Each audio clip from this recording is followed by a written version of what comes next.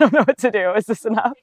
It's summer, we're making it fun, but still practical. And today I'm out of my kitchen. I'm at a rental house up in Maine, and I'm gonna be cooking up a very simple summer dinner party. I designed this menu with the rental house in mind, so I'm only using what I could bring with me. So that means a limited number of pantry staples and spices, and a limited number of kitchen tools, not any blending. We're gonna do things that have low active cook times and low prep times, so we can spend more time just enjoying the summer weather and being with friends, and less time in the kitchen preparing meals.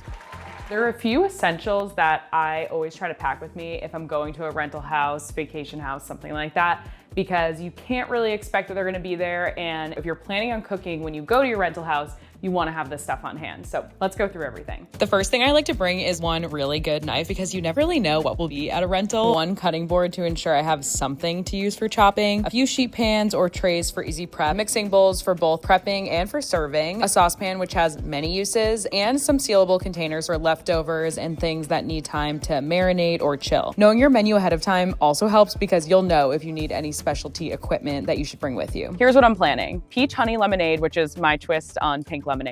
A tortellini pasta salad, which has lots of veggies, fresh flavors, and it can be prepped ahead and sit in the fridge. Balsamic grilled chicken with peaches and burrata. It's one of those meals that feels fancy, but is actually really simple to put together. I'm also gonna make 3 very simple snacks for the table. I know my friends are gonna want something to munch on right when they get here. And for dessert, we're keeping it classic with s'mores by the campfire. My friends just got in the car back in Massachusetts. They said they're gonna be here in about 90 minutes. So let's see if we can get all of this prepped by the time they get here. But first, here's all of the groceries I got. Garlic, peaches, cherry tomatoes, lemons, English cucumber, green olives, Kalamata olives, arugula, basil, Greek yogurt, burrata, mozzarella, boneless, skinless chicken thighs, artichokes, chickpeas, tortellini, potato chips. For pantry staples and spices, we have olive oil, balsamic vinegar, honey, balsamic glaze if you want it, kosher salt, ground black pepper, dried oregano, red pepper flakes, and ranch seasoning. And for the s'mores, I think you know what you need. I got gluten-free graham crackers, marshmallows, and chocolate. All right, 90 minutes on the clock. Let's get started.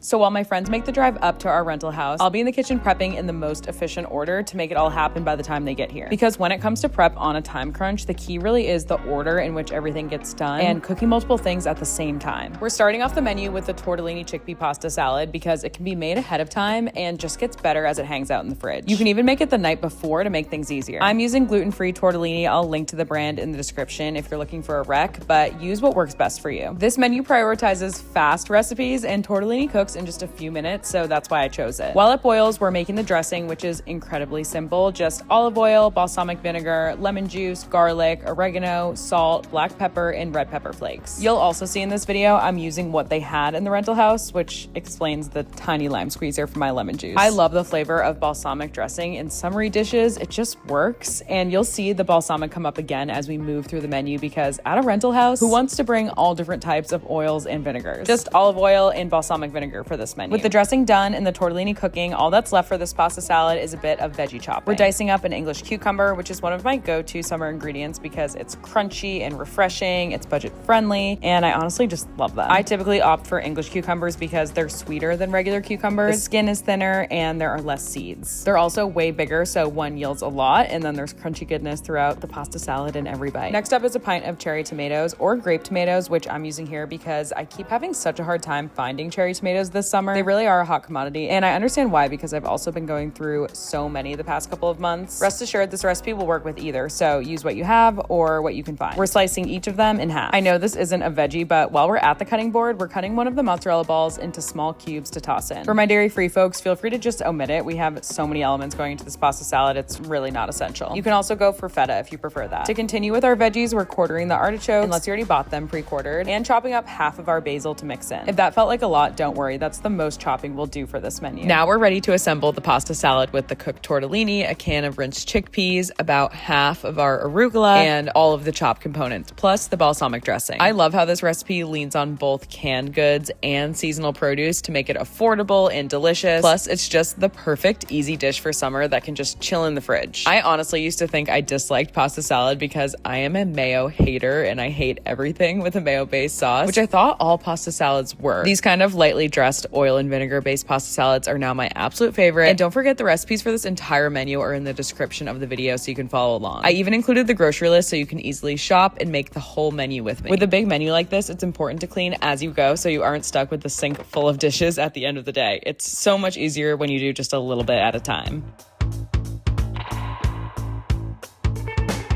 Now we're on to our main dish, grilled balsamic chicken thighs with peaches and burrata. It sounds fancy, I know, but it's actually very simple. We're starting with a quick marinade that includes balsamic vinegar, olive oil. As Ina would say, I'm using a good olive oil because it's going to make them taste even richer and delicious. A few tablespoons of honey, grated garlic, salt, dried oregano, and black pepper. The balsamic vinegar and the honey give the chicken an acidic and a sweet taste when they're marinated, and with just these limited ingredients, it adds so much flavor. We're gonna whisk it really well to combine and then add it to a container with our boneless chicken thighs. This is why the sealable containers come in handy. I really love how chicken thighs come out on the grill, just so delicious every time, honestly hard to mess up too, so it's perfect for a dinner party where you have to worry about different components. We're gonna let this hang out in the fridge to marinate while we continue on.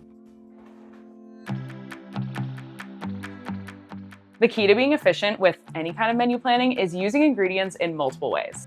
Peaches are going to show up a couple times in this menu, and you can probably tell I tried to double up on ingredients as much as possible to not only make the grocery list efficient, but make the flavors consistent throughout the entire meal. I did not bring a peeler to the rental house. I took a gamble on the house having one, but it didn't, so my one good knife is coming in handy to peel the 4 of them. It takes a little bit longer, but that's okay. And if you want to ensure an easier peel experience, add a peeler to your bag of must-pack essentials. We're chopping up these 4 peeled peaches into small pieces because these are going to be used in the peach honey lemonade. The smaller you can get them, the better. And by the way, I've been seeing peaches pop up at my farmer's market finally, so definitely grab some local ones if you can to make the lemonade and the chicken. They're so sweet and juicy and will ensure the best results for these recipes. With those chopped peaches separated, we're moving on to the remaining 4, which will be used for the main dish. These ones don't need to be peeled though, just remove the pits and then cut them into 1/2-inch slices, still thick enough so they won't get stuck on the grill.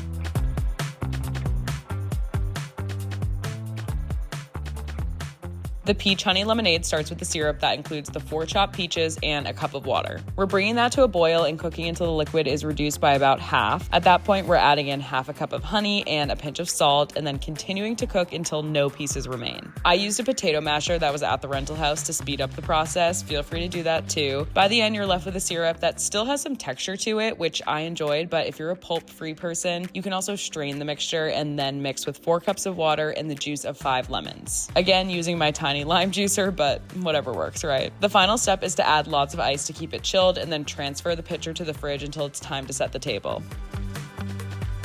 Gotta do a taste test for quality control.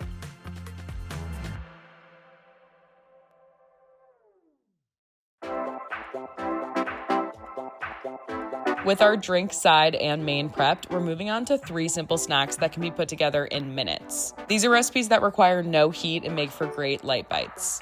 A Caprese salad is a summer classic, so we're starting there by slicing up the beefsteak tomatoes and the remaining mozzarella ball, plus grabbing the remaining basil leaves. Just layer the tomato, mozzarella, and basil until you have none left on your serving dish, top with a sprinkle of salt, and wait until right before serving to do an oil and balsamic glaze drizzle.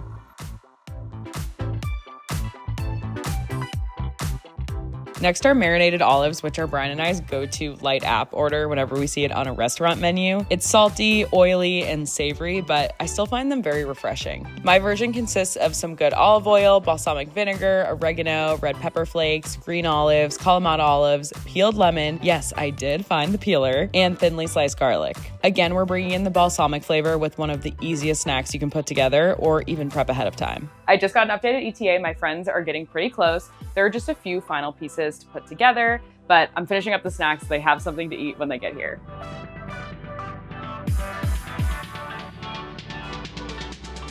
And for our final snack, a 2-ingredient ranch dip that uses Greek yogurt, hello, added protein, and a couple of tablespoons of ranch seasoning. I'm gonna pair this one with our potato chips when my friends arrive, which should be soon now, so it's time to go get the chicken going on the grill.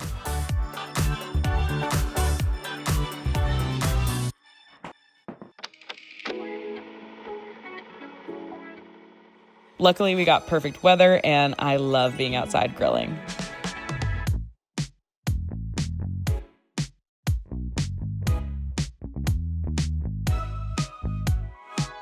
While the chicken started cooking, I went ahead and set up the table. I wanted to make it really fun and use my favorite colors, which are pink and green, of course, but still simple enough to fit all of the food onto the table. Never a necessity to do a full tablescape, but it can bring a meal to the next level if you want to make it feel special. If you want to know where I got any of these items, I compiled all of that for you in the description. And while I have you here, can you hit that like and subscribe button if you haven't already? Thank you so much for watching and following along with this new menu. Now we're back to the grill and ready to give the chicken thighs a flip. It's important when you're grilling to lay each thigh completely flat on the grill so they cook evenly and take as little time as possible to cook. We're aiming to get a little bit of that char all over on both sides and those beautiful grill marks. And now it's also time to add the peaches to get their grill marks. Grilling peaches makes them even sweeter. It's going to be the perfect complement to the savory chicken when it all comes together. I just give them a little toss in olive oil before adding them to the grill to prevent sticking. Adding to the grill and then flipping each peach slice is a labor of love, I'm not gonna lie, but I promise it's worth it for how tasty the final product will be. If you're in need of a swap, take advantage of stone fruit season and use whatever you can find. Apricots, nectarines, plums,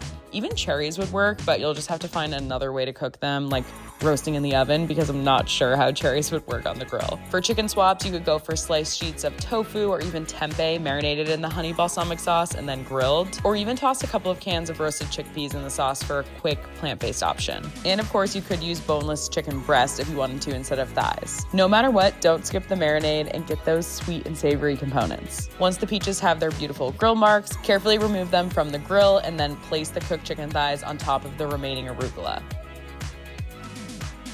Give each one a brush of balsamic glaze. This is optional, but highly encouraged. It's really delicious.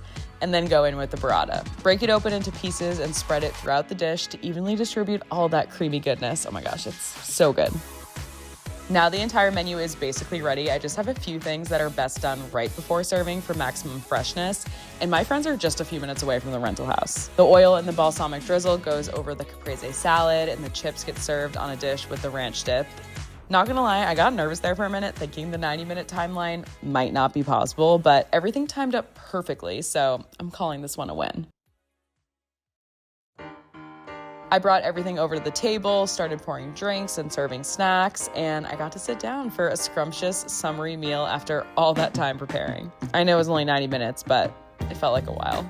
So to recap, our entire menu consisted of salty marinated olives, a quick caprese salad, and creamy Greek yogurt ranch dip with potato chips for snacks, peach honey lemonade for summery drinks, tortellini chickpea pasta salad for a satisfying side dish, and grilled balsamic chicken thighs with peaches and burrata for the star of the show, our main dish. I do have to say the balsamic chicken was my favorite if I had to choose. A sweet and savory moment always just does it for me, and what's better than grilled chicken and stone fruit? It's the best. And then burrata, my gosh, it's like my dream meal. I think it's so heartwarming to gather with friends over a special meal. It's honestly why I love what I do and why I love to cook. I'm always looking for more accessible ways to cultivate these moments, and I'm so impressed with this menu, and it came together so quickly considering how amazing it all tasted. Plus, we were so efficient with it, not only from a time perspective, but from an ingredient use perspective too. So many things were used multiple times: the balsamic, the honey, the peaches, the olives, the arugula, basil, mozzarella.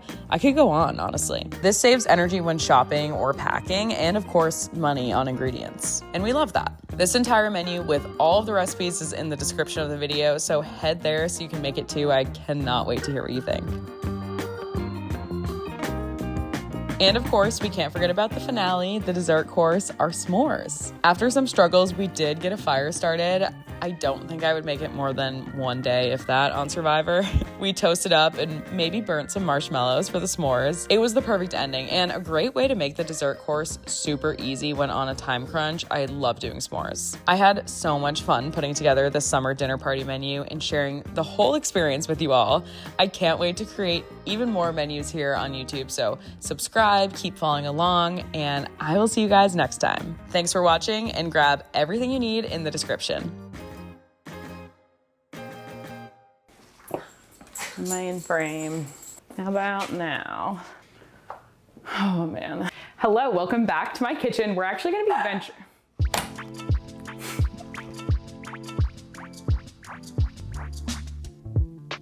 My first ever cookbook is finally here. Don't think about dinner. Save time and money with 125 plus easy, nourishing, delicious recipes for every meal.